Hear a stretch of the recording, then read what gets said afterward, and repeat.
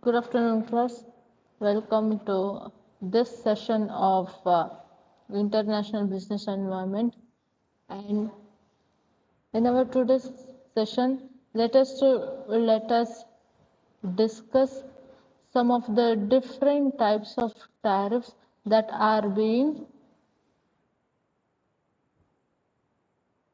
used in different parts of the world, and some of the general types of tariffs that are being used. The first among that is the specific tariffs. Now, we have already discussed things regarding this particular topic.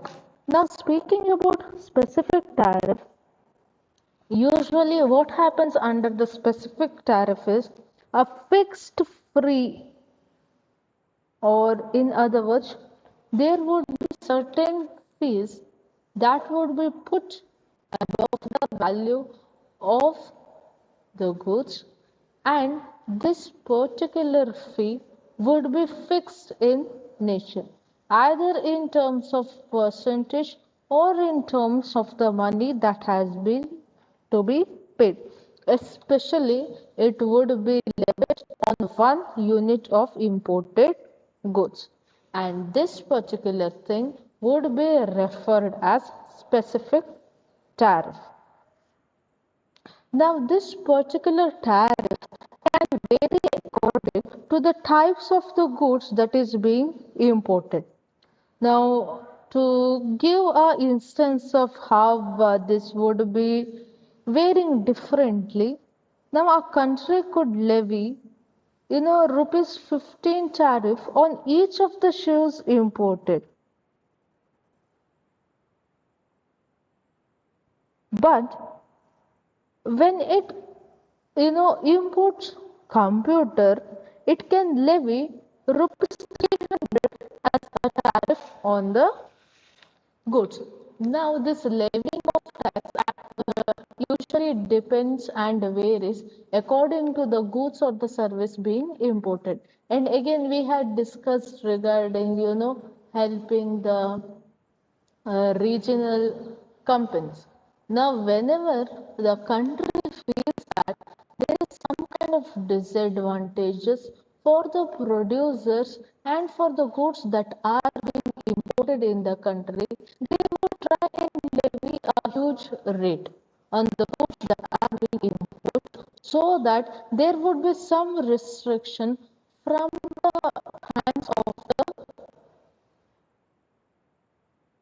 the importers who are importing goods from other country, and thereby save the countries which are set up in the country. And when they feel that such goods are not being produced within the country, they may try to put a less tax on these goods. Now, as we discussed earlier, the specific tariffs are levied as a fixed charge for each unit of goods imported. The next one, and the usually used kind of tariff, is ad valorem tariff. And now, speaking about this ad valorem, this particular word has its origin from the Latin language, and the word ad valorem means according to the value. While in the specific tariffs, we saw that the tariffs would be on the quantity or each goods that is being imported, either one shoe, one computer, or one machine, or one service that has been taken. But when it is ad valorem, here It is according to the value. And this type of tariff is levied on a good based on percentage of that particular good's value.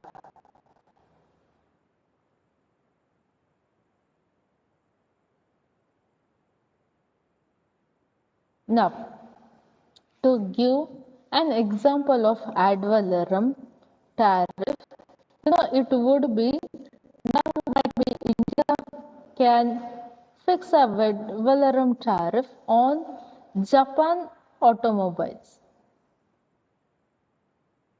It might put a 15% tax on all those automobiles which would be imported to India. Now, having said that 15%, now it would be imprecise that the 15% is the price increase on the value of the automobile, so as now if at all the value of the good was 10,000 for that matter, a 15% increase would be 1,500, and now the car would cost 11,500. Now, this price increase usually protects domestic producers from being, undercut, but also keeps price artificially high for Japanese car shoppers. Now, it goes without telling that ad valorem tariffs are levied as a percentage of the value of goods that is being imported. Uh, the last one is compound tariff. Now, speaking of compound tariffs, they are assessed as both a specific tariff and on ad valorem tariff on the same product. Now, we stated it might be on the value and also on the each good that is being imported. Now, the next topic that we have to discuss is what is the reason for imposing tariffs? What is the rationale behind imposing tariffs? Now, all these things we have already discussed. Now, these tariffs help usually raising revenues for the domestic government, especially in case of countries like us, which is a developing country. Now, they, on the other hand, also protect producers from foreign competition. Now, this is because it increases the price of foreign goods by restricting the quantity of imports coming into the country. Now, suppose the price of sugar in the domestic market be like 60 per kg, and if at all the price of the imported sugar is 50. Now, in the absence of import tariffs, what happens is definitely the imported sugar would be cheaper and people would be start buying the imported sugar.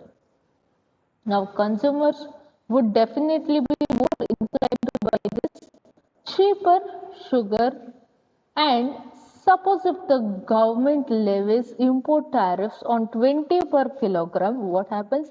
The price would be the price of the sugar of the imported goods would go for rupees 70 per kg, which on comparison with the domestic sugar price would be 10% more. And when it becomes costly, and as a result of which there would be demand for the domestic sugar. Now, this is also some kind of holding or marketing, or in other words, now it is a thing which a government uses against the free trade. Now, when I have signed WTO, definitely I would tell that I am okay with free trade. But the free trade will not be okay with all the circumstances and at all the times. Sometimes I might have to help lifting my own domestic industry. And during those times, these kind of tariffs would be especially helpful. Now it is just like a curtain or a veil which cannot be seen, or in other words, in very, very simple words, it's a cloak which protects the domestic industry. Now the next one is one more important topic wherein we study regarding the non-tariffs barriers. Now barriers are nothing but which helps in protecting the domestic industry uh, through different kinds of restrictions for the free trade. All the way we studied regarding the tariffs, wherein which we speak regarding in terms of a tax, which would be levied on goods, either specifically on the quantity that would be bringing in or on the value of the goods or services. Now we'll have to understand what are the non barriers. Now they refer to, some of the other measurements or the government regulations, the policies, or the procedures other than that specifically mentioned under tariff that has the impact on minimizing the imports to a country. Now, yet again, the tariffs can be of two types, that which have direct influence on the price of the goods being imported, and the other that influences or control the quantity of goods being imported. Now, speaking about direct price influence, the one and the only one is the subsidies.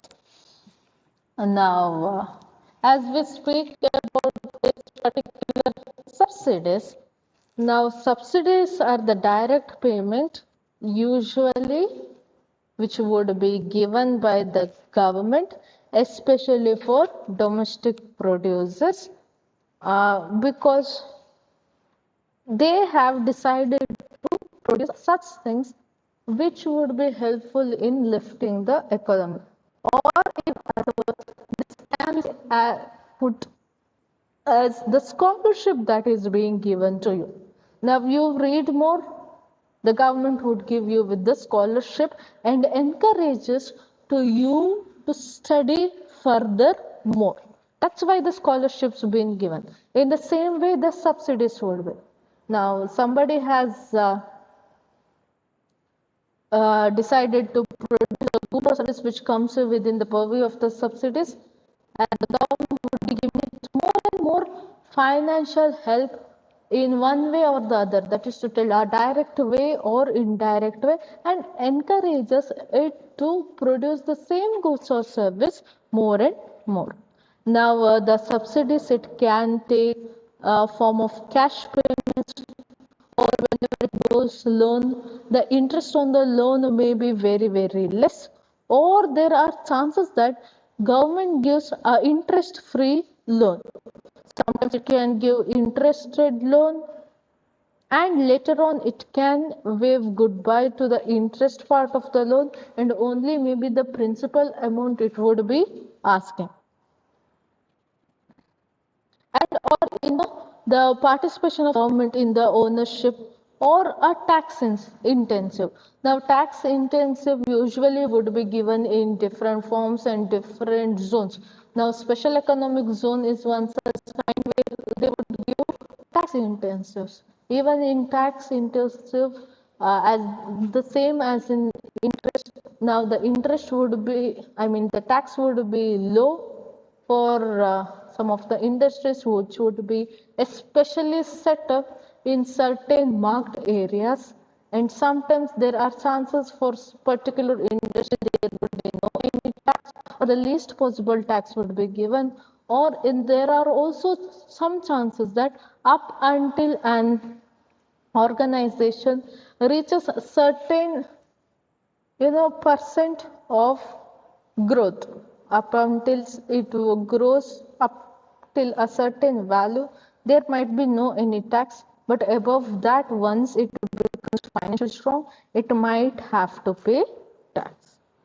Now usually these subsidies help in cutting the cost of production of domestic goods, and as result of this, definitely the price of the goods also come down.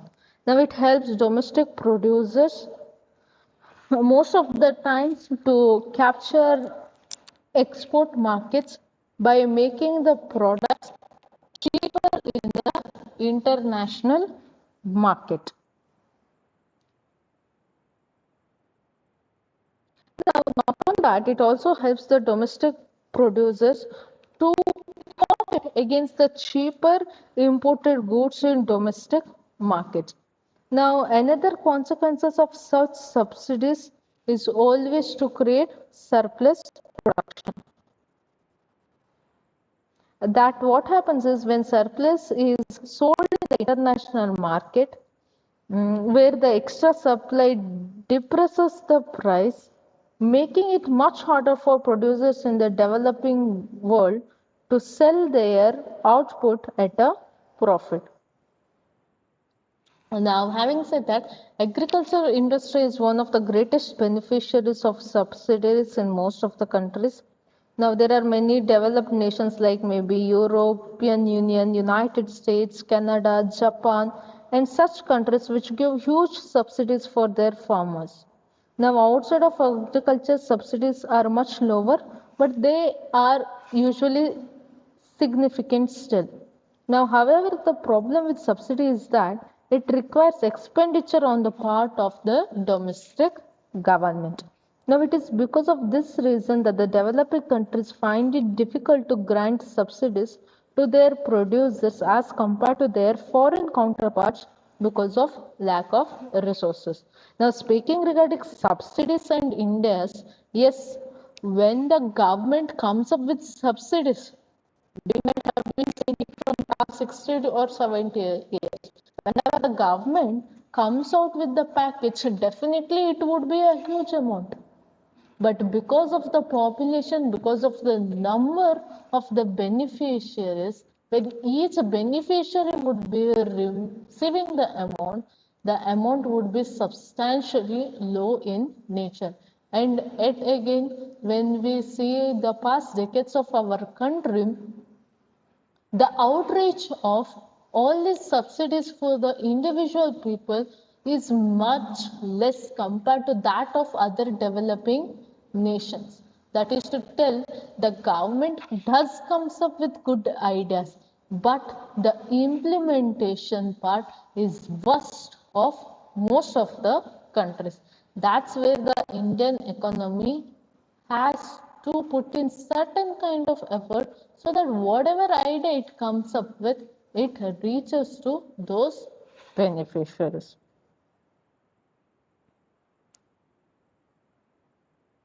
Now, a government might also have to choose between, imposing a tariff on competing imports or directly subsidies on the industries concerned. Now, a tariff would raise the domestic price of the imports, and the domestic consumers have to pay the higher price. Now, but if a subsidy is used, the domestic price would still be less, and the subsidies received by the domestic industry would allow it to compete with foreign goods at competitive price in the global market.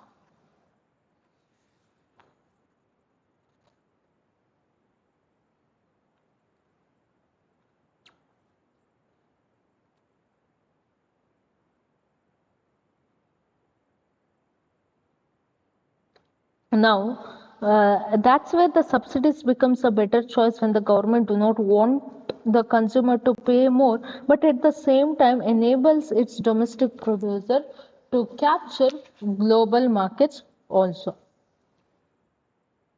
Now, export subsidies, however, is considered as unfair trade practice under the World Trade Organization agreement.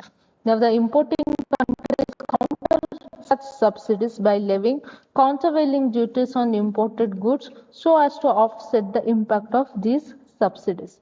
Now, this helps in producing domestic producers from unfair foreign competition.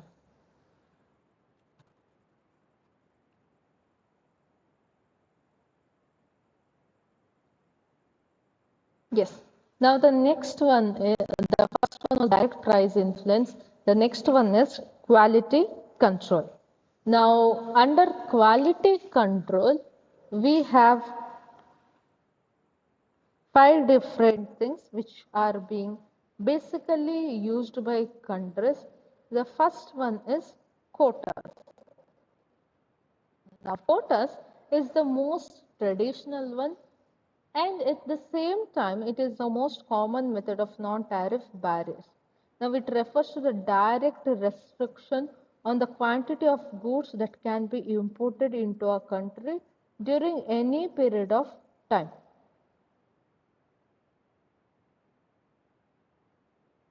Now, the quotas help the government to reduce the consumption of the particular commodity. Now, this is not only done through giving of import license to the importers. Now, for example, the United States has a quota on cheese imported. Now, India has a quota on import of gold. Sometimes governments may use tariffs rate quotas according to which a certain quantity of goods enters the country duty free or at a lower rate. However, there will be very high rate of tariff for subsequent imports.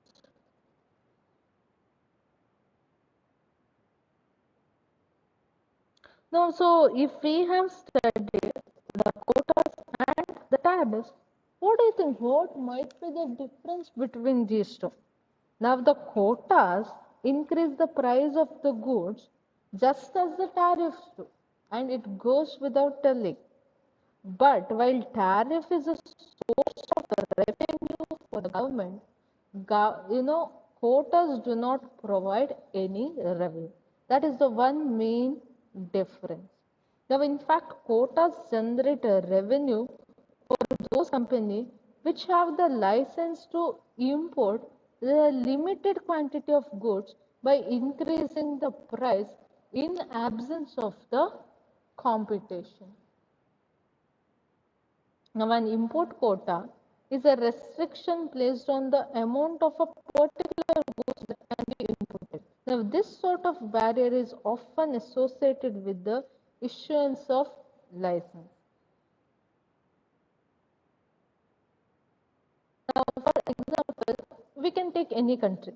That country may place, a quota on the volume of the imported citrus fruits that is allowed. The next one is VERs, or what is being called as voluntary export restraints. The VERs are definitely a bilateral agreement instituted to restrain the rapid growth of exports of specific goods.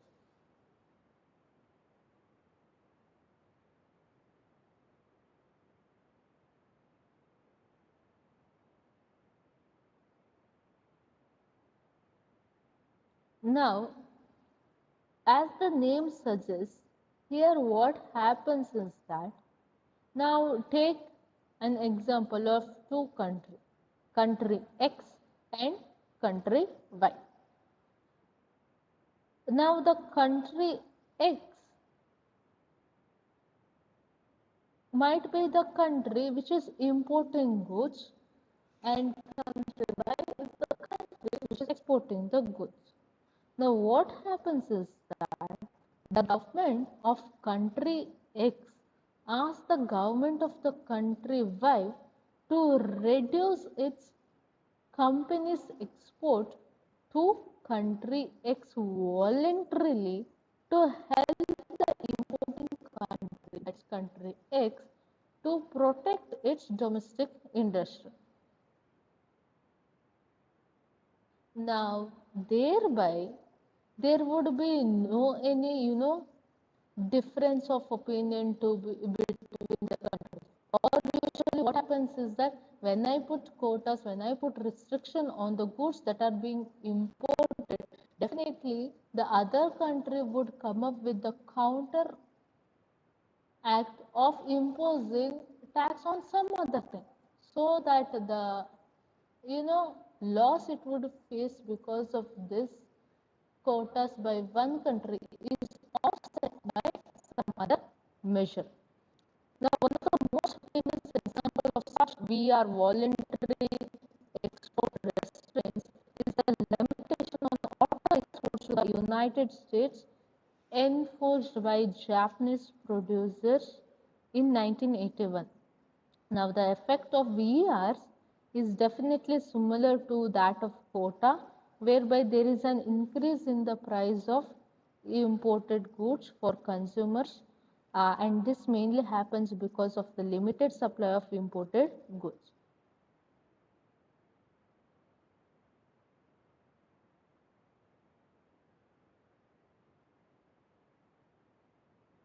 Now, this type of trade barriers is voluntary in that it is created by the exporting country rather than the importing one.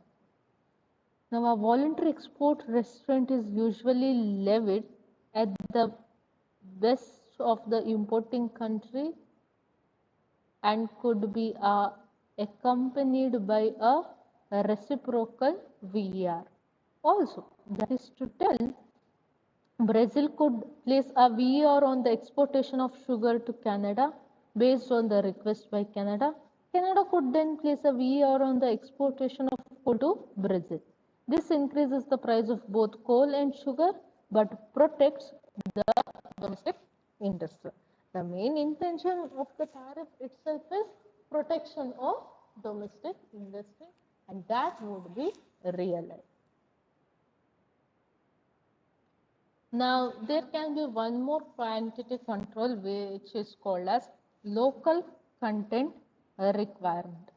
Now, a local content requirement is a requirement that, some fraction or some part of the product must be produced locally or produced in the domestic market or within the country.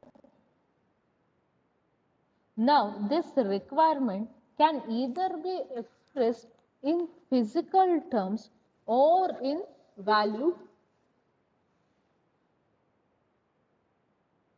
terms. That is to tell, either 60% of the parts of the product or 60% of the value of the product.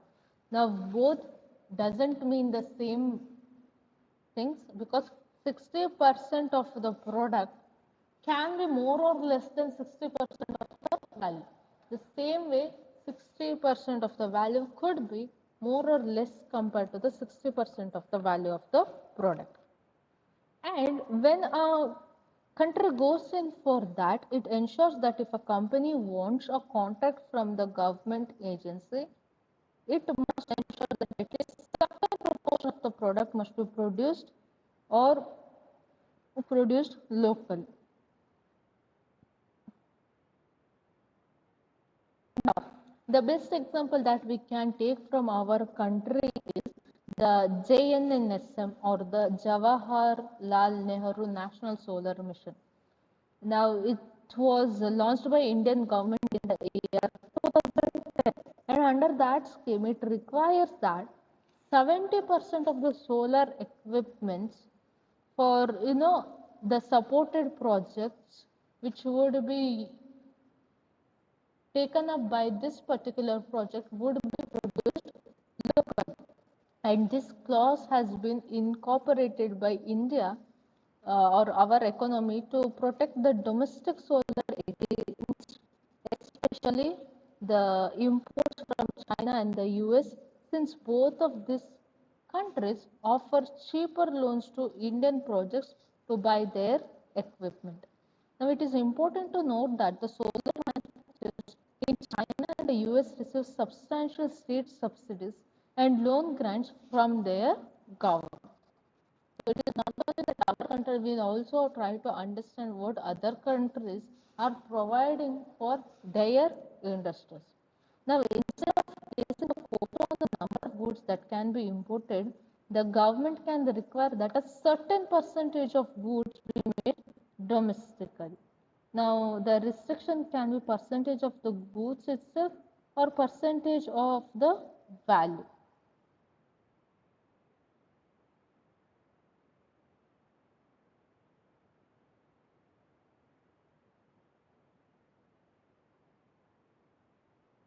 Now the next one is buy local, or you might have heard nowadays uh, vocal for local, make in India, or skill India. All this asks for buy local. Now, legislation under this form of trade policy, the government makes its purchases from domestic producers only. Now, this legislation, such kind of rules and regulations usually restricts the government's departments to make use of imported goods. But then there are also chances that during some times it may permit the use of imported products only if the price is below than that of the domestic producers. Now, this instrument is widely used by developing countries to develop and broaden their manufacturing base. Now, in case of developed countries, uh, this measure aims to protect local jobs and industry from foreign competition. The economic effect of local content requirement and by local legislation is same as that of quota. Now, it usually limits the foreign competition and thereby benefiting the domestic producer. Now, the restriction on imports raises the price of the goods for the consumer. The industry would definitely would be helpful, but as consumers, we would be affected. We would be affected in terms that we'll have to pay more than what we had to pay if at all such agreements were not existing at all. The next one is the most legal one, or not to tell legal. Now everything is legal, but the one which includes all these rules and regulations are the license. Now it goes without telling that our license is granted to a particular business by the government and allows the business to import a certain type of goods into the country.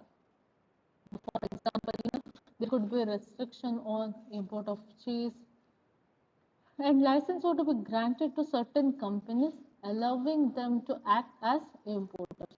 Now, this creates a restriction on competition, and also the effect on the consumer is that the price would be increasing.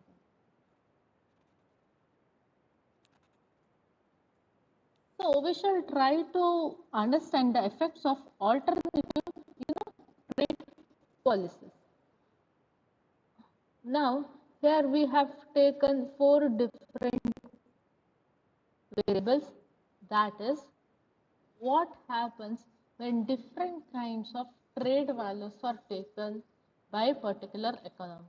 The first one is tariff, the second one is subsidies, the import quotas, and the voluntary export restriction. The tariffs is nothing but the government is putting some kind of tax on the goods being imported. Now, export subsidy is nothing but when a country's producers are producing goods for the purpose of exporting, the country would be giving some kind of benefits for those manufacturers. Now, import quota is nothing but there would be a restriction in terms of the total quality that can be brought into the country. And voluntary export restriction is the case wherein the government of one country asks the help of the other government to voluntarily limit the amount of the goods it would be exporting to other country. Now, we shall see how it would affect in terms of the profit of the producer, what happens for a consumer, what happens for a government. That is to tell, we have to put ourselves in the shoes of a businessman first, then as an individual who's going to buy these products and services and use it, and also in terms of the entire economy. So when tariff is put, definitely the profit of the producers would be increasing. And how does that happen? That happens because when there is a restriction in the input, he can he can always increase the price of the goods, or when the demand increases, he will have to produce more and more goods, and that's what helps in the profit of the producer increasing. Now, when there is export subsidy, yet again it is helpful for the producer. It increases the profit. How? When the subsidy is given, the main result of that is the cost of the goods would be reduced. When the cost is less, then sorry, when the cost is less, definitely there would be a wide gap between what is the amount that would be quoted and the cost. So the more the gap between these two, that is the portion which speaks of the profit. The next one is import quota. The same way how the tariffs would be affecting our producers, in the same manner it would be helpful. I mean, the import quotas will also be helpful for the producers. And that is to tell in terms, again, when there is restriction, either you increase the price of the products because of the demand, or because of the demand you produce more and more. The voluntary export restriction, the same explanation follows. When the other countries voluntarily decide not to send more, I will be having more demand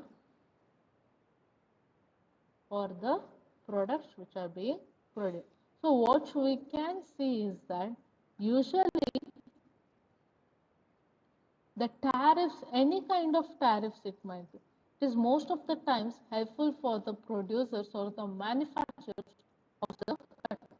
But when I see it in terms of consumer, now in terms of consumer, be it be tariff, be it be export subsidies, be it be import quotas, or for that matter, the voluntary export restraint, or any other kinds of tariff. Could it be tariffs, non-tariff barriers? A restriction on the import is always disadvantage from the point of consumer.